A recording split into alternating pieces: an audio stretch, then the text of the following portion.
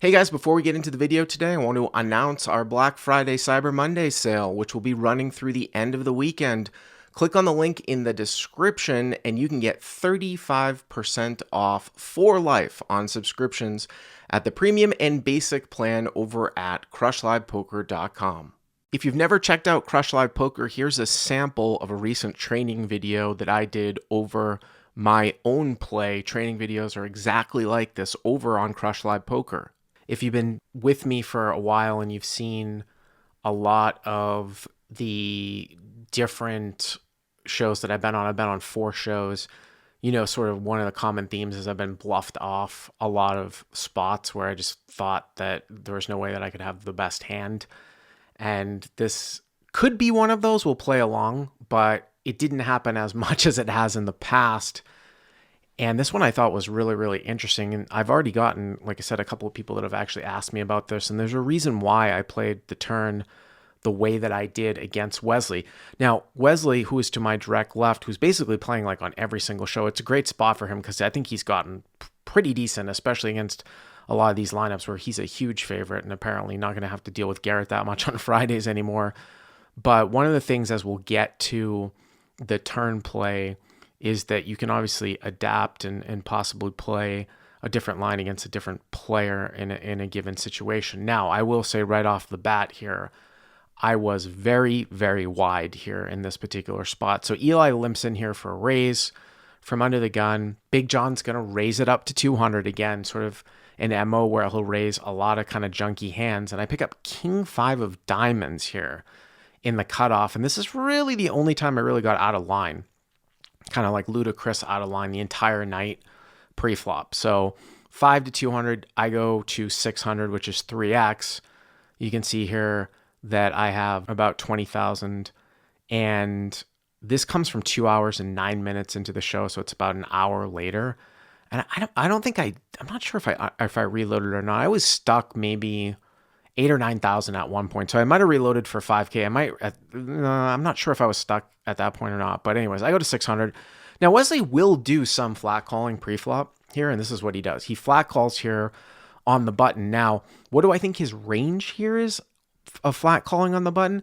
I've seen him do it with pairs. He's also done it where he wants to sort of see some flops without 4-betting, like a queen jack suited, jack 10 suited type of thing. Sometimes even suited connectors, things like that, but primarily pairs, I would say, and maybe some not the strongest suited broadways is kind of what I was thinking his range was. So he makes the flat call on the button, and it's going to get back around here to John, and he's going to make the call, which he's almost always going to do. And now I've 3-bet, and we're multi-way here. I mean, part of the reason why I 3-bet this was to drive everybody else out, but we're 3 ways, and the pot's 1,900. And we go to the flop, and oh boy, crazy, right? Like you 3-bet with King 5. I flop top and bottom here on a rainbow board. And again, you can see the stack sizes here. Now, this one didn't have a 2 flush in it. And what you'll see me do here is actually take somewhat of a small sizing. And I think in retrospect, maybe I would have liked to have gone for like the 2/3, like 1,200, something like that. I think definitely on a 2 flush type of board, especially with John having 14,000 here. But I do kind of cover the board a little bit, although, you know, flat call the 3-bet. If Wesley's going to have a pair or some suited broadways, this is going to hit him. So maybe in retrospect, I should have gone on the 2/3. But this is kind of critical here for hand reading in terms of sizing as we obviously move along to the turn into the river. So I make the bet here. And so I go 700 into 1,900, and Wesley is going to think about it for a little bit, and he is going to make the call, and John is out of there. So now, obviously, we are heads up. But remember, I bet 7 into 19. Now, Wesley should not be really all that wide because he has John behind him. And I mean, at the time, I didn't think Wesley was like calling with like pocket 7s, pocket 8s, you know, something like that. So what does this represent? It could be like a King Jack, Queen Jack type of hand, maybe like a Jack 10 type of holding, you know, something like that, which is kind of interesting as we roll the turn when you start to think about those types of holdings and how it interacts with the turn. So the turn is the Jack of spades. And also too, I think maybe he has some ace queen off here. maybe that maybe once in a while he sort of cold calls. Now, you can flip back when I talked about that. Well, what did Queen Jack, Jack 10, King Jack? Well, I'm losing to King Jack, but Queen Jack, obviously, he picks up a pair and he's probably not folding. This was what I was kind of thinking about, though, on the turn, and it might be slightly off just because of the specific board texture, but I have seen Wesley peel very, very light on a lot of flops. Maybe not necessarily in this particular case, but I even saw it last night on Thursday night when he over peeled on the flop against a guy. And so he will peel to small sizing, and normally he will fire turn because that's what you're supposed to do with some of your floats, some of your stuff, so like that. So a lot of times here on the turn, I still have the best hand, but if you take a look at it here, if he has Jack 10, he's going to bet. Now, Queen Jack probably checks back. That's true. But if he has any types of float, and then of course Ace Queen and Queen 9 suited are straights, but if he has any types of floats or anything like that on this particular flop, usually he is going to bet. Now, what kind of floats might he have? It's, in kind of retrospect, it isn't like a ton, I would say. But the whole point is, going into this, I told myself that I was going to play some hands against Wesley in this manner where I was going to be betting flop and checking turn because I had seen him bet turns and bet rivers quite a bit because he was so wide to small sizing on the flop that he would end up with some very weak hands that he would run a 2-street bluff with going across the turn and going across the river. And that was sort of my game plan, especially when I was sitting to his immediate right. Absolutely, looking back at this on this particular jack, it might not be the best plan. Maybe I should have bet. But again, just to try to specifically get value from like Queen Jack, something like that. But if he has King Queen, even if he's got like maybe King 9 suited, something like that, definitely Jack 10. No, maybe not King 9 suited, but definitely Jack 10. I think he's betting.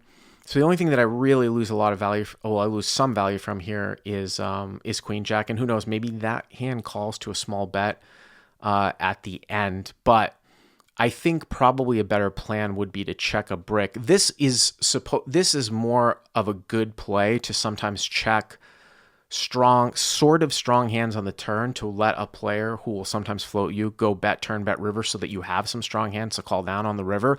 It's a better play on a turn brick, meaning if the turn was like a 3, like he almost should always fire like Queen Jack, anything else like Jack 9. That's another hand too that would check back here that might be like Jack 9 suited as a gut shot.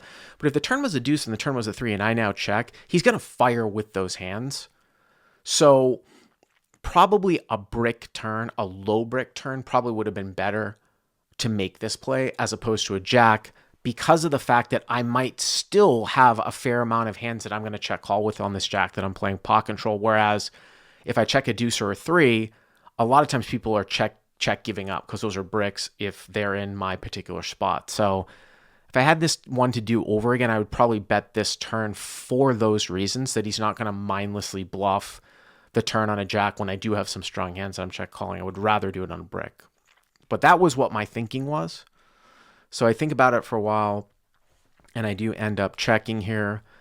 And he's going to think about it for a while, and he's going to check behind. So that is usually going to indicate some sort of showdown type of value, whether it's Queen 10, 9, 10, King 9, King 10, something like that. Now, the river here rolls off a 9. I really think that has got to be like one of the worst cards in the deck. Now, I have King 5. Now, Wesley is definitely more capable of making thin value bets than John, but I don't think that he's value betting Jack 9 here at the end. I don't think he's value betting 10-9 here at the end. Would he value bet King Jack if he somehow slow played King 10? Maybe, but I don't beat those hands. But I don't think it's going to be a middling 2-pair value bet of Jack 10 or 10-9.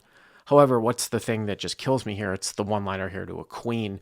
And when you take a look, and if you say that, and I think that we can come to fairly good consensus here that 10-9 and Jack 9 are going to check back the river. So if I check and he checks it back, I win. And everything else that he bets is going to be better than King 5. Then the play here is to check fold once again, right? And again, it's very, very hard to come up with a bluff in this particular spot because all those straight draw. Now, Queen Jack makes a straight, Jack 9 makes 2 pair. I don't beat King 9. I don't beat King 8. I don't think he's calling with King 8. I don't beat, King 10, King Jack. King Queen makes a straight. So, I mean, what is the flop calling range here? It's Queen for it's King X, right? Then remember, he cold called 3 bets. It's King X, which probably comprises of like King Queen. Now, also too, if he like, which I don't think he's doing, if he somehow like flatted the 3 bet with Ace King off, he's not betting that either, but maybe King Queen, which is a straight. Kings up beats me, right? Queen Jack, which is a straight. Jack 9 is going to check behind. And then maybe some like 10x, Queen 10 is a straight, and 10-9, which also checks behind. It's just very, very hard for me to find a bluff. So once again, I'm in a situation here where I'm like, shit, I hope he checks it back. I hope he checks back the river. And especially when he checked back turn, it sort of is indicative that he's going to have a lot of Queen X, I felt like, when he checked back turn. So I'm really, really hoping that he's going to check it back. And I'm just kind of scrolling through. And then now he bets 3,000. And I'm like, oh my God, you got to be fucking kidding me. Now the sizing is a little bit on the large side. But again, going back through all of that, how do I find a bluff here? It's really, really hard to find a bluff if Jack 9 and 10-9 are checking back at the end here. So I just think that this is really an impossible call to make. So, and especially with this sizing getting 2-1. So I was like, oh my God, this is happening to me again and again on this show. And I finally think about it for a while. And I was like, I actually said there, are you turning Ace Jack into a bluff? That's one hand there too.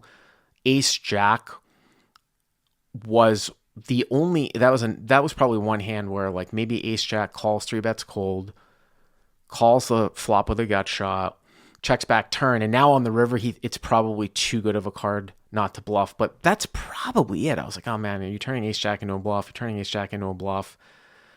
And I do end up finally folding here, and we will do a reveal. Holy shit, I got bluffed again. Now, what do I think about 5-6 here? So it's a small suited connector. He should not be calling the flop, obviously, with 5-6 here on King 10-5. I mean, he did have a backdoor here, and and this is what I'm sort of goes to what I'm talking about here on the turn. He chose not to bet the turn, even though he picked up spades, which is kind of interesting because I think it lends itself to, if the turn was, for example, the deuce of spades, or maybe like the 3 of spades or the 4 of spades, I think he might be doing some betting for protection / sort of semi-bluff. But when the turn's a jack of spades and he knows I might have some hands that's going to check call, he decides to take a card. And now, give him credit, he finds the bluff here at the end, knowing that he can't just check this back. What is he going to beat, right? So it's a good hand to turn into a bluff, but the flop call is probably too wide with a guy behind him. Now, if he was heads up, obviously he could call all day on the flop, but with the guy behind him, it's probably a little bit too wide. The fact that I had a 5 in my hand here also, I just didn't think that he was really going to have 5x here as a part of his range, but obviously he was a little bit wider. So again, I think that this is, once in a great while. I think most of the time it's just going to be comprised of like Ace Jack. So that one sucked, but you live to see another day. So Big John here, going to come in for a raise to 600 here out of the cutoff, and he's got about 10,000. And in this particular hand, I believe there might have been a straddle because we were straddling early on because this is a large open. So they were allowing 2 rounds of straddles total. So for 2 rounds, it was 5-5. And then 200, and I believe that this was one of the rounds. So, it's one of these things where I talk about the variance of sometimes playing big pots and straddled pots and large straddled pots, whether it's big or small, kind of playing double the stakes because people usually bring it in for, say, like 300, something like that. So I get it over here, and that is Wesley straddling over there. So I'm in between, one of the rare times here, and this is a new guy here, Kennedy, who's kind of fun to play with. I've got Wesley behind me. And this, I think, is a slam dunk 3-bet, especially, as you'll see here, I've got ace queen, ace of diamonds, queen of clubs, especially when I actually think that Big John actually opens light Sometimes he'll open a lot of like offsuit aces and stuff. And, when you're playing against a guy like that, you can definitely punish him for value 3-bets. And he doesn't really come back over the top all that much for a 4-bet unless he really has the goods. So I think in this spot, it's actually a really easy 3-bet fold for value. Like if you were to 4-bet, I would probably snap fold here. So he goes to 600. And obviously I'm going to 3-bet into Wesley straddle. So I go to 1900, which is just over 3x. I mean, I could have gone to 2400. I don't think it really matters that much. I actually almost wanted to keep John in because he usually is in with a lot of kind of junk and he will defend pretty wide, but you could go definitely larger here. Not really expecting John to fold all that much. And he's going to make the call. Of course, the white chips are hundreds, the greens are 1Ks. So right off the bat, early on here, about a half an hour into the show, we go to this flop here, and the pot is almost, $4,100. So the board comes out, queen, 10, 8 here with a couple clubs. And you can see here I've got ace, queen with the queen of clubs. This is a type of board here. I mean, there is a straight out there. I think against somebody who is a tighter player who's defending correctly or even field calls pretty tight.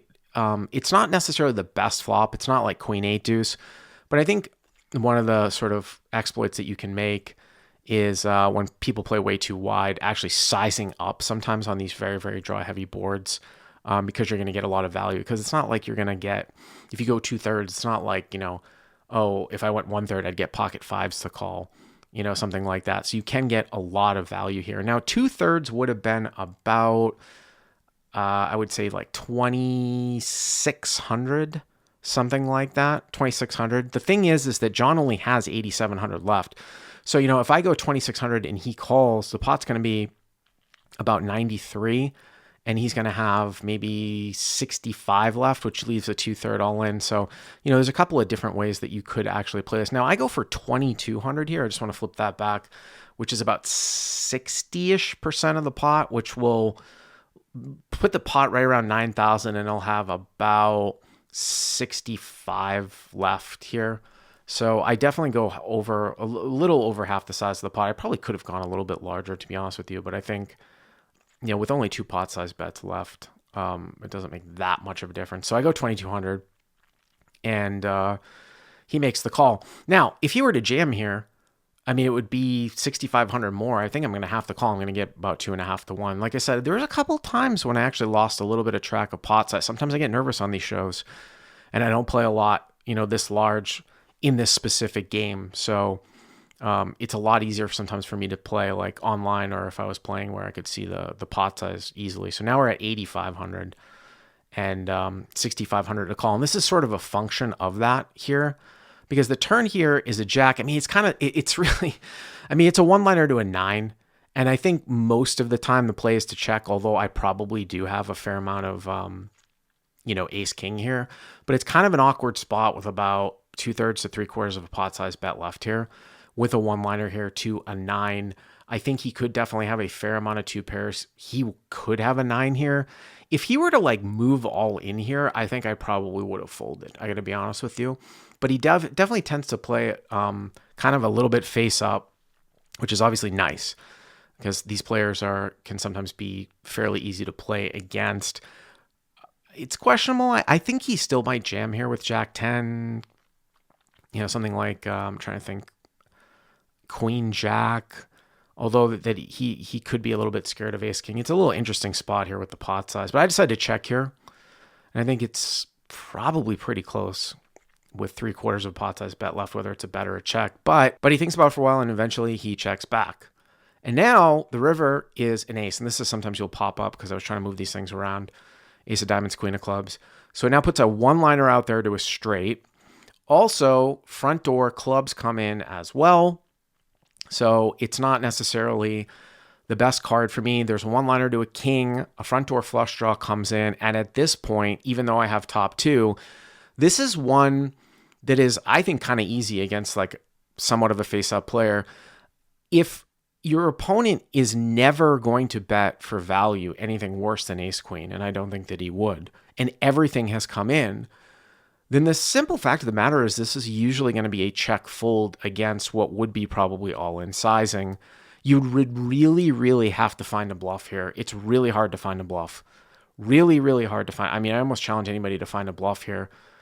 I mean, something like 9-10 of spades. But I know John's not going to really bluff with that. I mean, that's like 9-8. Well, 9-10 of spades is a straight, excuse me. I'm trying to think here. Some sort of 10 that is not a straight, and it's really hard. What 10 is there that's not a straight or two pair? King 10's a straight, Queen 10's a straight, Jack 10 is two pair, it's not betting. 10-9's a straight, like 10-7, 7-8. It would probably have to be something, yeah, like 7-8 or 10-7. And I know this player pretty well, and I don't think he's shoving those hands. So I was definitely begging for him to check when I ended up checking here. I thought it was one of the absolute worst rivers here in the deck.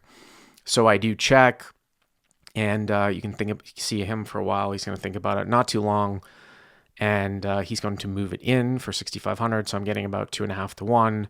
And even though I do have top two pair, I actually did a little bit of talking with him. Let's see if we can pipe it up. Unlucky here for Bart. He was going to stack Big John. There's a lot that beats me here, John. A king, a flush. What do you have? Ace, queen. And then it went for you. runner straight. Mike Nia has bluffed me out so much in these games. I'm jaded every fucking time. And this guy, too. That was an... Come on, the seasoned pros aren't supposed to carry scars. Nice fold, Bart. Yeah, that's true.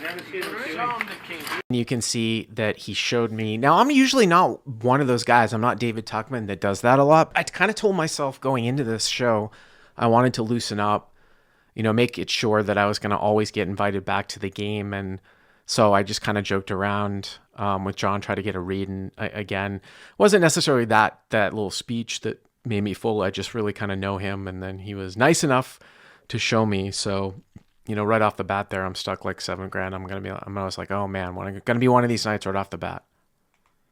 And as I had said when we piped up the volume, nice guy here, Mike X. He's sort of one of my nemesis, Mike X and Mike Nia. If you've seen some of these videos that I've done where he's gotten the best of me, kind of overplaying some hands here that I've folded in given situations. So this one comes at 4 hours and 7 minutes in, and he's going to bring it in here for a raise to 300.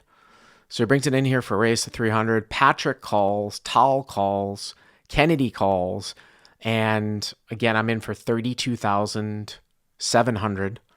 So literally like just dead even, and I pick up ace king suited. And obviously it looks like a crazy squeeze spot right now.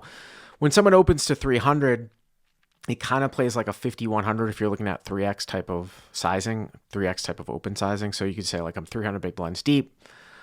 4x plus the dead money is a pretty large 3-bet sizing if we were to do it that way. Like it would be 12, 15, 18, 21. If you went 3x, it would be like, 9, 12, 15, 18, something like that. 12, 15, 18, 21. So, but I am out of position, and I've got all these dead callers here. And obviously this is a mandatory 3-bet, and I go to 2,300 here. So actually a little bit more than 4x plus the dead callers. And Mike, I had to like clip that one out. He took a while, and he made the call for 2,000 here from under the gun, and gets folded back around here. And also this guy Kennedy, whose real name is Art, he also calls on the button. He was playing 50% VPIP. It just kind of goes to show you what a collapsed range. He overcalls and then double flats. So not really worried about him. But the fact that Mike X called, it's not worrisome, but he has a hand. It's not junk, right? So we go to the flop here, and the pot's got about $7,600 in it. And we hit an ace. Finally, starting to get on a roll here, right? So ace 6 jack, and I've got top pair and I've got backdoor clubs. The only thing here that would be concerning is if Mike X had pocket jacks or ace jack here in this particular spot. But this is another one where it gets really weird with the sizing, and very, very non-standard play as you're about to see here. So With the pot being 7,600, I come out and I bet, and I was actually thinking about trying to get absolute max value here. I come out and I bet 3,100 here. So I go to 3,100, which is just under half the size of the pot, maybe about 40% of the pot, something like that. But if I go to 3,100 and obviously he calls, the pot's going to be like, 14,000. It's very easy to get a lot of money in here in this particular spot. But something strange happens, something that I was not expecting. Again, if he calls here, it's going to be right around 14,000, again, about 2 pot size bets left. Now, would there ever be a situation where I could ever fold here against 2 people? It's kind of crazy because this guy was kind of out to left field. It would be maybe one of these things where if Mike X raised and this guy jammed, or if Mike X called and this guy jammed, it would be tough. Mike X raised and this guy jammed, I think I would probably fold. Again, very, very non-standard type of play, something that you're not going to expect to see or that you shouldn't see in theory. Mike X here is going to raise. He's going to put in a small raise in a 3-bet pot here on this board, something that you wouldn't see. Now, he does have a guy behind him, though. He raises it up to 8,000. So I go from 31, I bet 31, he goes to 8,000. Now, this is where it kind of gets interesting. So it's right around 5,000 for me to call. When I call here, or as I continue, the pot's going to be 23-7. I'm going to have like a pot size bet left. So it's really interesting because with 1 pot size bet left, in theory, sometimes you're allowed to pile in, but it's an absolute disaster here if his raising range is, let's say, sometimes like ace queen that might fold or some ace that might fold and then 2 pair plus that never folds, then probably raising is not the play. Now, would he ever do this with a combo draw, like Jack X of spades? I don't know if that's really in his MO. Could he do it with King 10 of spades, King Queen of spades? It's possible. It's kind of possible. But like I said, I'll fully admit at the time, I'm not the best here with the different colored chips. I thought that I had was a little bit deeper than just 1 SPR, which is what this inevitably is going to end up being. You could make a case like if you were up against some crazy net that raised, I don't think for this sizing, but if you went 3 and a guy went 12, could you ever fold here if they play straightforward? Maybe.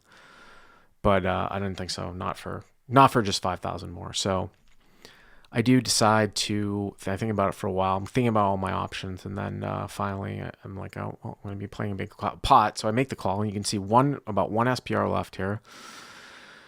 And now the turn's a king. And I mean, that's good for me in the sense that I now beat ace jack. The only thing that it would kind of change here for him is if he was raising like Queen 10 of spades. Again, I don't think he's got much like Jack X of spades here. It's not really his MO. But at this point, if I check and he jams or he bets, I mean, I'm going to have to go with it because I think I beat ace jack and he might have jacks and I'm going to be stuck 30,000, 32,000 again. You know what I mean? Playing a gigantic, huge pot.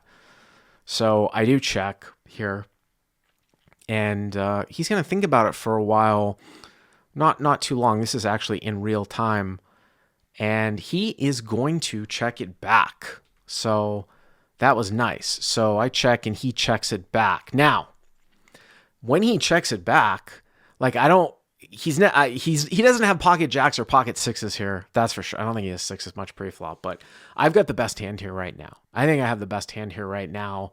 Once in a great while, like maybe 1 out of 100 times, he thinks he's got like the stone cold, like mega nuts with Queen 10 of spades, but I still think he's betting to get money in the pot because I bet and called a raise. I'm going to be so ace X heavy here. It'd be ridiculous to check back Queen 10 of spades. So I think at this point, I absolutely have the best hand. And that's really a question of, sizing. Like, let's say the river's a red deuce, the pot's 23,000, I've got 22,000 left, and he raised, maybe I go 10,000, maybe 15,000. I might not shove, but I might go 10 to 15,000. Maybe he's got ace queen or something like that. So, again, check. But that does not happen. Life can't be that easy. The river here is a queen.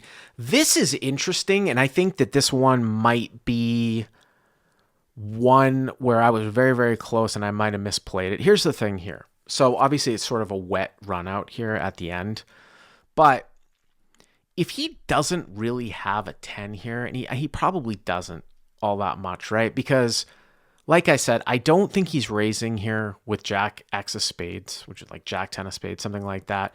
So the only combo draw that would have like maybe a 10 in it would be Queen 10 of spades, which is already a straight on the turn, or like King 10 of spades that checks back on one combo of like King 10 of spades. I think it's probably far more likely that you might actually have Ace Queen here or Ace Jack that might be pot controlling. So I don't really think 10x is really much represented here. I wish I had blocked the river here. I really do wish I had blocked the river. Now, with that being said, with these crazy guys, you guys have seen these videos with Mike Nia and Mike X, like, if I go 7,000 here and he jams, like, on paper, you'd be like, against straightforward competition, it's just a fold. Like, against Big John, it's a fold. This is a clear block bet against Big John for, like, 1/3. Get called by less aces up, fine, and fold to a raise. But these guys, like, you know, again, I'll go back to that hand with the Ace Jack and Ace Queen versus Mike Nia from a couple of months ago. If you're new to the site, go back and watch some of the other Hustler review videos that I did. I think that one was from May, towards the end of May or something like that. And it's up on a YouTube video too, with me like kind of putting my hands in front of my face. These guys kind of play sort of strange, but I think with this action, with this line, he called the 3-bet pre, raised the flop. He's not going to have much 10x, and it's much more likely that he's got Ace X. So I would like to block here. I'd probably like to block for like 7,000. And I would get very, very curious if you raised all in. I'm going to be honest. I mean, the play might even be to like go 3,000 and call because I just don't see the 10x here. I really just don't see the 10x unless it's specifically King 10 of spades. So I kind of wish I had this one back. Maybe I go 5,000 here at the end, because what am I doing here? Like, if I check, I'm trying to like pick off a bluff, right? If I check and he like moves all in, I'm trying to pick off a bluff, but is he bluffing? What is he bluffing with? Remember, I made that big 3-bet. This is why I'm saying like the ranges are condensed. Like, what is he bluffing with? Like 7, 8 of spades?